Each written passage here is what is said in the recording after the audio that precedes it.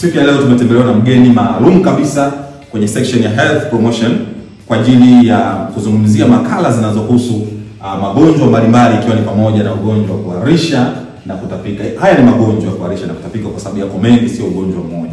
Na siku ya leo brother, karibu sana. Asante sana. Unaweza kujitambulisha kwa faida ya mtazamaji? Asante. Kwa majina mimi naitwa Arazaki Kingi, ni afisa wa afya wa wilaya ya Ulanga. Afisa afya huyu wa halmashauri ya wilaya ya Ulanga, ndugu mtazamaji. Na karibu sana katika kipindi cha siku ya leo. Asante sana. Asante. Sasa mada tulionayo leo ni kuhusiana na kuharisha na kutapika. Na katika mada hii tutazungumzia kwanza overview ya huu ugonjwa ni kitu gani. Watu wajua magonjwa ya kuharisha na kutapika ni magonjwa namna gani, na lakini pia namna gani ambavyo yanaenea, lakini pia tutaangalia madhara yake. Na mwisho kabisa tutaangalia namna bora ya kuweza kujikinga na haya magonjwa ya kuharisha na kutapika. Tumesikia huku na huku magonjwa ya kuharisha na kutapika. Haya ni magonjwa namna gani? Asante. Magonjwa ya kuharisha na kutapika yako ya aina mbalimbali. Ndio. Na visababishi mbalimbali. Ndio. Kuna magonjwa ambayo yanaambukizwa na kupitia bakteria kama vile typhoid, lakini kipindupindu. Kuna magonjwa ambayo yanaambukizwa na protozoa. Mfano kama vile amoeba. Kwa hiyo na kuna visababishi vingine vya kuharisha ikiwemo malaria, lakini magonjwa mengine ya maambukizi ya mfumo wa mmeng'enyo wa chakula ambayo sisi kitaalamu tunaita gastroenteritis. Okay, sawa sawa. Na haya magonjwa yanaenea kwa namna gani? Magonjwa haya ya kuharisha na kutapika yanaenea kwa aina mbalimbali. Ndio. Moja, magonjwa haya yanaeneza kwa kula ama kunywa chakula kilichochafuliwa na vimelea vya magonjwa haya. Ndio. Lakini pili, magonjwa haya yanaambukizwa kupitia mikono yetu. Uchafu ambao unapitia kwenye mikono yetu endapo tutakuwa hatuitakasi vizuri kwa maji safi, tiririka na sabuni. Okay, sawa. Lakini sababu nyingine ni kemikali mbalimbali ambazo zimechafua vyanzo vyetu vya maji kupitia wakulima mbalimbali, uchimbaji wa madini, kwa hiyo uchafuzi wa namna hiyo. Lakini pia vile vitendo vya watu kufanya vyanzo vya maji kama ni maeneo ya kufanya shughuli zao mbalimbali, ikiwemo kufua, kuoga, kujisaidia pamoja na kuoshea vifaa mbalimbali. Sawa kabisa. Niliwahi kusikia sehemu kwamba watu wanapokuwa wanaoga kwenye kwenye hii mito mfano, pia wanaweza kusababisha uchafuzi wa maji. Hii imekaeje? Ni kweli watu wanapofanya shughuli za kibinadamu kwenye vyanzo vyetu vya maji kuna mambo mengi. Kwa mfano, mtu anayejisaidia ndani ya maji. Tunajua fika kinyesi cha binadamu kinabeba vimelea vingi vya magonjwa. Kuna watu hadi sasa wanaweza akaingia kwenye maji anaoga hapo na watu wanafanya hivyo na tunaitaga vyoo vya flash. Vipi kuhusiana na zile swimming pools? Kwa maana ya mabwawa ya kuogelea ambayo yametengenezwa vizuri na yapo majumbani au kwenye mahoteli. Kuna athari zozote za kuoga kule inaweza kupelekea mtu akapata magonjwa ya kuharisha na kutapika au mpaka mtu anywe maji?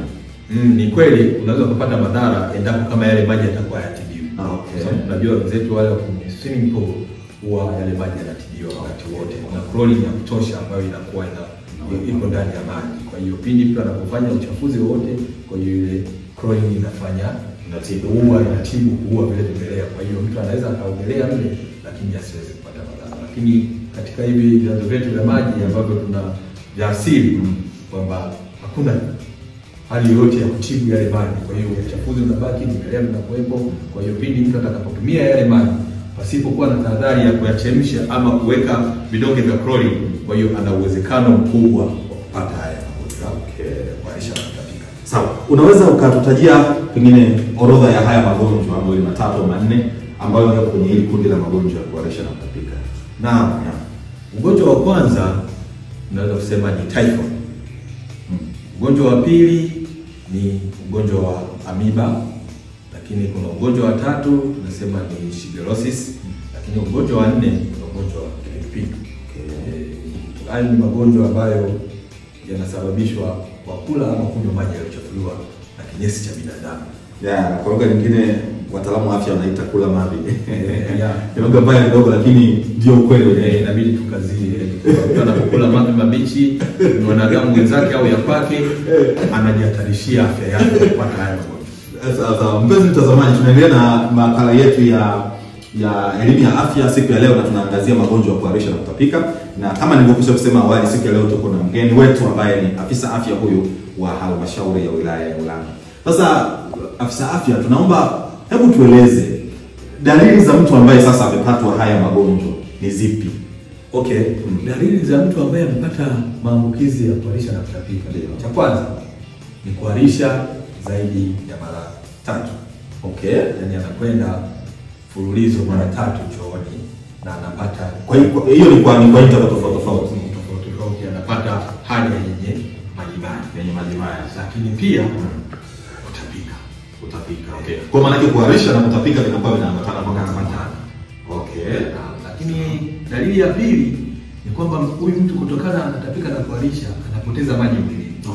Kwa hiyo anapata macho kuingia ndani, lakini pia anahisi maumivu ya misuli. Misuli inavuta kwa sababu maji yanakuwa yamepungua mwilini, kwa hiyo inakuwa sawa kabisa. Kuna nyingine labda mtu anayeumwa kuharisha na kutapika anaweza kukumbana na kitu gani? Ni kweli, lakini kama kuharisha kutazidi, mtu anaweza kupoteza maisha kabisa. Na pengine kuna muda maalum au masaa mangapi mtu asipopatiwa huduma akishaanza kuumwa kuharisha na kutapika kwa mfululizo anaweza kuwa kwenye riski ya kupoteza maisha? Au hiyo sasa inategemeana na kiwango cha maji? Inategemea na kiwango ambacho yeye ameharisha na kutapika. Kiwango cha maji ambacho amepoteza. Kama atakuwa ameharisha na kutapika kwa muda mrefu na hajapatiwa matibabu, kuna possibility ya kuweza kupoteza maisha, kwa sababu figo zitafeli, moyo utashindwa kusukuma damu kwa sababu maji yamepungua mwilini. Sawa. Na ikitokea pengine huyu mwananchi ni mkulima, tunajua kwamba wananchi wa hali ya kawaida wengine ni wakulima, wanashinda mashambani. Sasa kwa mfano huyu mtu yuko shambani pengine na ndugu yake, akakuta ndugu yake ameanza kupata na hali ya kuharisha na kutapika na yuko mbali, kuna huduma yote ya kwanza labda ambayo anaweza kumfanyia huyu mtu kabla ya kumpeleka hospitali kwa ajili ya kuokoa ile muda ambao mtu anaweza kumpoteza maji mengi? Naam, ipo huduma ya kwanza ambayo tunawashauri kuweza kuichukua pindi mtu anapokuwa na mgonjwa huyu ambaye yuko mbali na kituo cha kutolea huduma afya. Anaweza akamfanyia huduma ya kwanza kwa kuchanganya vijiko 3 vya sukari na kijiko 1 cha chumvi katika maji ya ujazo wa lita 1. Lakini hayo maji ni lazima hakikishe kwamba ni maji safi na salama. Kwa hiyo ataanza kumpatia mtu akinywa, wakati huo akiwa na panga utaratibu wa kuweza kumwaisha katika kituo cha huduma kilicho karibu na yeye. Kwa hiyo maana yake vijiko 3 vya sukari na kijiko 1 cha chumvi katika maji ya ujazo wa lita 1. Mpenzi mtazamaji, hiyo ni huduma ya kwanza kabisa. Mfano mtu uko shambani, uko mbali na ndugu yako ameanza kuharisha na kutapika, unapoendelea na jitihada za kumpeleka hospitali au katika kituo cha kutolea huduma za afya, taalamu anatuambia kwamba unatakiwa kutengeneza hiyo tiba kinga kwa haraka, kuchanganya maji ya vijiko 3 vya chai pamoja na kijiko 1 cha chumvi kwenye ujazo wa lita 1 ya maji ambayo ni safi na salama. Na haya maji safi na salama ni maji ya namna gani? Kwa sababu ukimwambia mwananchi kuhusiana na maji safi na salama, anaweza kufikiri yale maji anayoenda kununua kwenye kopo kule dukani. Sasa wewe unazungumziaje maji safi na salama? Ni maji ya aina gani haya? Kwanza niweze kutoa ufafanuzi. Maji safi ni yapi na maji salama ni yapi? Alafu nitaeleza sasa maji safi na salama yanakuwa na sifa zipi. Nikianza na maji safi. Maji safi ni yale maji kimuonekano yanaonekana ni masafi, meupe, hayana uchafu, hayana matope. Lakini maji salama ni yale ambayo hayana vimelea vyovyote vya magonjwa. Kwa hiyo inawezekana yana matope lakini hayana vimelea, tunasema ni maji salama. Kwa hiyo maji safi na salama ina maana ni safi kimuonekano lakini hayana vimelea. Hapo sasa nimeelewa vizuri. Kwa hiyo maji safi na salama yanakuwa hayana vimelea lakini yana muonekano mzuri. Na vipi kama maji yana muonekano ambao sio mzuri lakini yametibiwa, kwa maana ya kwamba yamewekwa aidha chlorine au water guard, hayo yanakuwa ni salama au sio salama?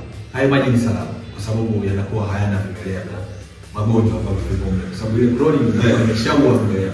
Okay, na mtu anaweza kanywa na asipate shida. Ila maji ambayo ni safi kwa muonekano ni maji hatari sana. Okay. Basi kuyaamini kwa sababu macho yetu hayawezi kuona kilichomo mle ndani ya maji ambapo ndio vile vimelea.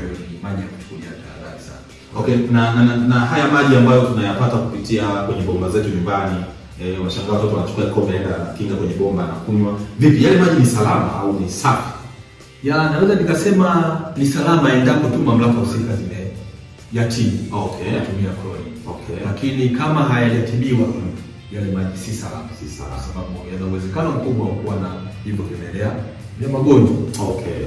Sawa. Na matibabu yepi sasa ambayo huwa hawa wagonjwa kuharisha na kutapika wanapatiwa kufika hospitali? Matibabu makubwa wanayopatiwa endapo labda mgonjwa amepoteza maji mengi.